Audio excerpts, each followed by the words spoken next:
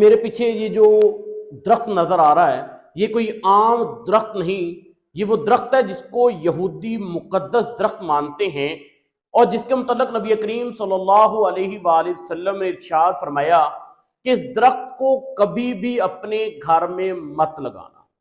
आखिर इस दरख्त के अंदर ऐसा खास क्या है कि ये यहूदी इस दरख्त को लगाने के लिए बहुत ज्यादा सरमायाकारी कर रहे हैं। दोस्तों, इस वीडियो के अंदर मैं आपको आज इस दरख्त की खूबियां और इस दरख्त की अहमियत की वजह इंशाल्लाह बताऊंगा। इस वीडियो को पूरा जरूर देखिएगा।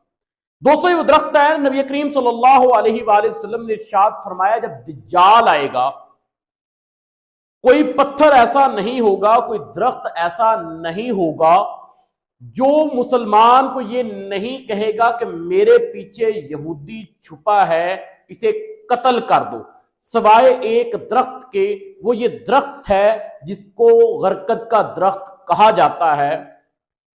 जब यहूदियों ने फलस्तीन के अंदर कब्जा किया तो सबसे पहले इस दरख्त को वहां पर लगाया।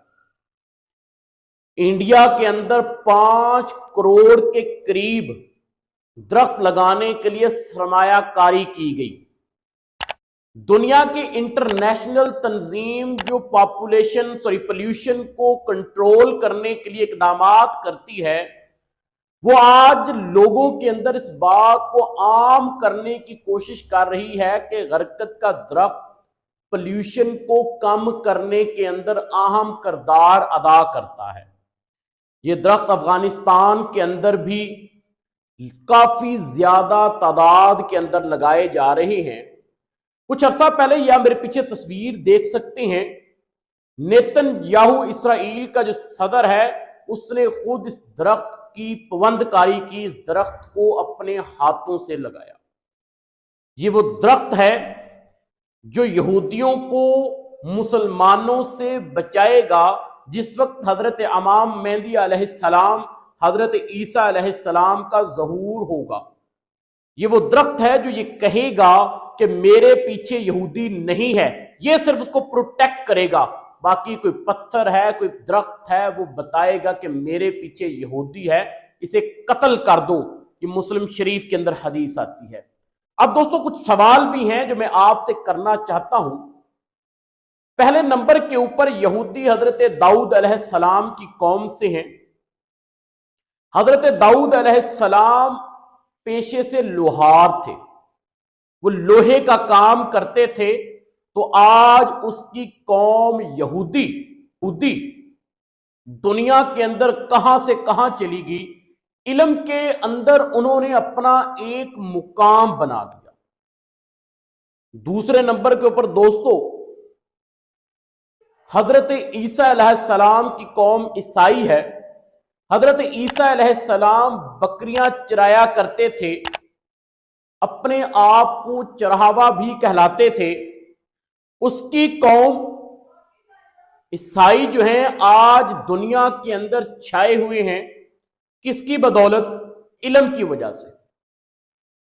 अब तीसरे नंबर के ऊपर बात आती है नबी करीम सल्लल्लाहु अलैहि वसल्लम की। मेरे नबी ने कहा, वो इस तो मुअल्लिमन, बेशक मुझे मुअल्लिम बनाकर भेजा गया, यानी कि उस्ताद बनाकर भेजा गया, इल्म का दाई बनाकर भेजा गया। तो आज मुसलमान कहां पर है? दोस्तों, इन 3 सवालों के कमेंट बॉक्स के अंदर जरूर जवाब दीजिएगा। यहूदियों ने हमारे कुरान पाक को, अहादीस मुबारका को, इन तमाम चीजों को बड़ी डिटेल के साथ मुतालिया किया,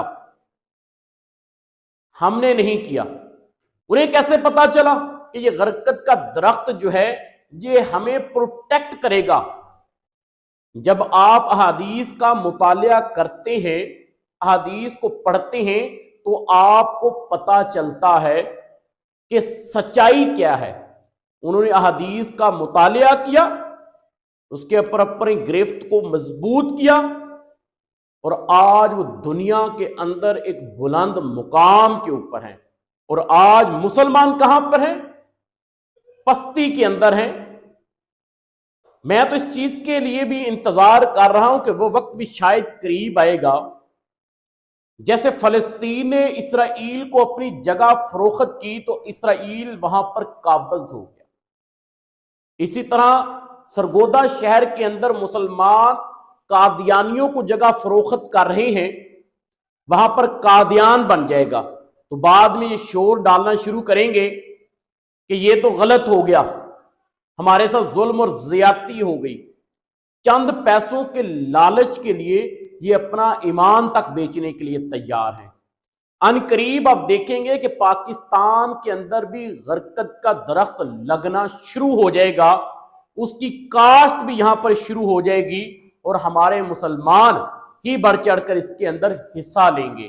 तो दोस्तों, इन 3 सवाल जो मैंने आपसे पूछे हैं, हजरत ईसा अलैहिस्सलाम, हजरत दाऊद अलैहिस्सलाम और नबी पाक सल्लल्लाहु अलैहि वसल्लम से मुतल्लिक कमेंट बॉक्स के अंदर इसके जवाब जरूर दीजिएगा। शुक्रिया।